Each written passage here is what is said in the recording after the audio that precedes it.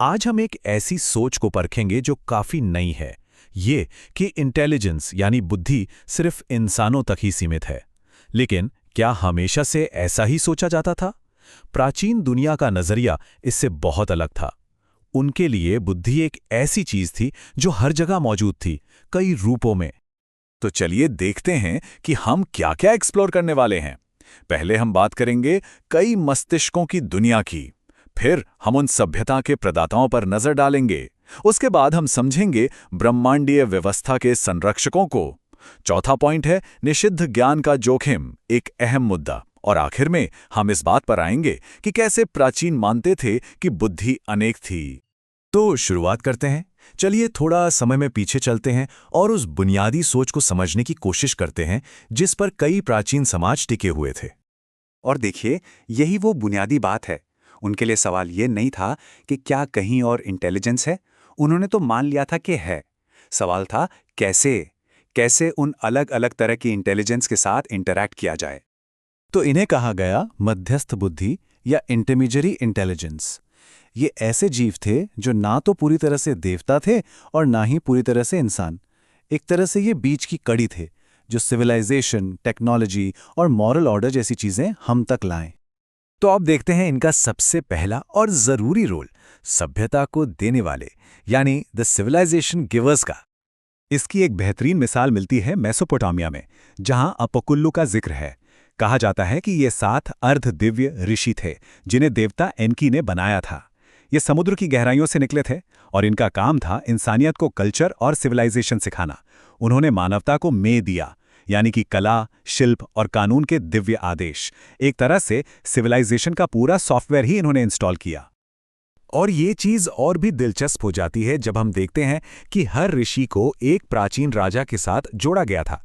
जैसे कि इस टेबल में देखिए, वन्ना ने पहले राजा अयालु के साथ मिलकर सभ्यता की बुनियाद रखी। फिर आगे एनमेदुगा ने कानून बनाए, एनमेगलम्मा ने आर्किटेक्चर सिखाया। मतलब ये कोई रैंडम ज्ञान नहीं था, बल्कि एक पूरा सिस्टमैटिक ट्रांसफर ऑफ नॉलेज था जो समाज को स्टेप बाय स्टेप बना रहा था। और ये कहानी सिर्फ मेसोपोटामिया तक ही सीमित नहीं है। लगभग आधी दुनिया दूर मेसो अमेरिका में हमें बिल्कुल ऐसी ही एक कहानी मिलती है क्वेट्ज़ालकोएट्ल की, जिन्हें पंख वाले सर्प के नाम से जाना जाता है। क्वेट्ज़ालकोएट्ल की कहानी तो और भी ज्यादा गहराई में जाती है। वो मिक्तलान यानी अंडरवर्ल्ड में उतरते हैं। वहां से पिछली पीढ़ियों की हड्डियां इकट्ठा करते हैं। फिर उन हड्डियों को पीसकर उसमें अपना खून मिलाकर आज की मानव जाति को जीवन देते हैं। सोचिए इसके पीछे का कॉन्सेप्ट कि इंसानी अस्तित्व खुद में ही एक नॉन ह्यूमन एंटिटी से मिला हुआ एक तोहफा है, एक इन्फ्यूज्ड इंटेलिजेंस है। तो सिविलाइजेशन लाने के अलावा इनका एक और बहुत बड़ा रोल था, और वो था कॉस्मिक ऑर्डर को बनाए रखना, यानी रियलिटी के बैलेंस को मेंटेन करना। इसका एक शानदार उदाहरण हमें भारतीय परंपरा में नागों के रूप में मिलता है। ये अर्धदिव्य, आधे इंसान और आधे सर्प वाले जीव हैं। पानी, जमीन के खजाने, इन सब के संरक्षक।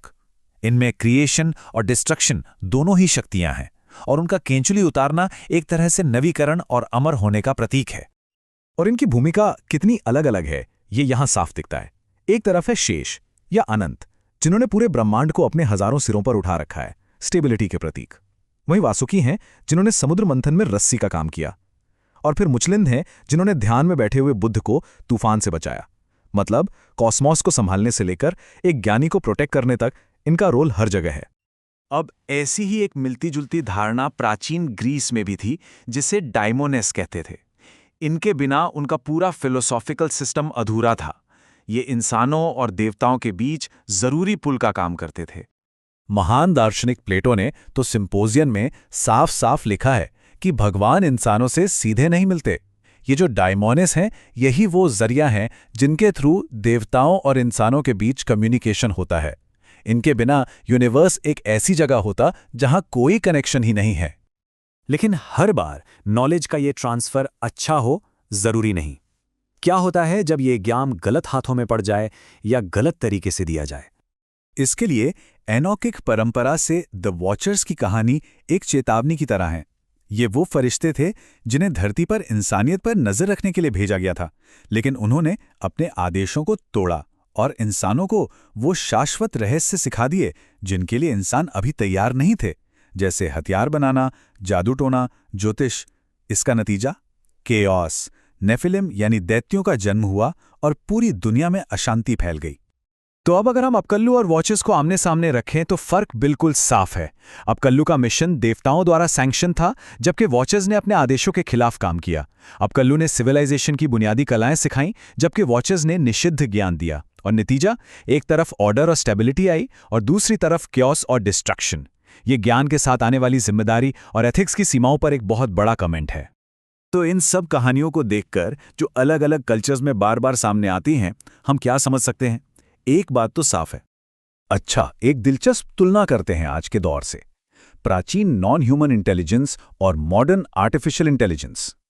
देखिए, उनका मटेरियल बेस वेटवेयर या प्रकृति थी। आज एआई का बेस सिलिकॉन है। वो ऐसी कलाएं सिखाते थे जो सैंक्शन्ड थीं। एआई स्टैटिस्टिकल पैटर्न्स को पहचानता है।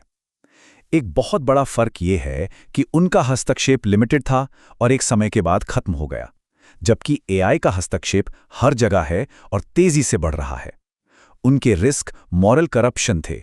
आज हमारे रिस्क बायस, कंट्रोल खोना और एथिकल अनप्रेडिक्टेबिलिटी हैं। सोचने वाली बात है ना? पूरी बात का सार ये है कि प्राचीन लोगों के लिए बुद्धि एक डायलॉग थी, एक बातचीत थी।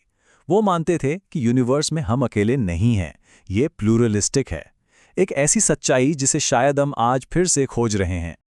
और ये हमें एक आखिरी सवाल के साथ छोड़ जाता है, जिस पर सोचना जरूरी है। जब हम ये मान लेते हैं कि सिर्फ हमारे दिमाग ही मायने रखते हैं, तो हम क्या खो देते हैं?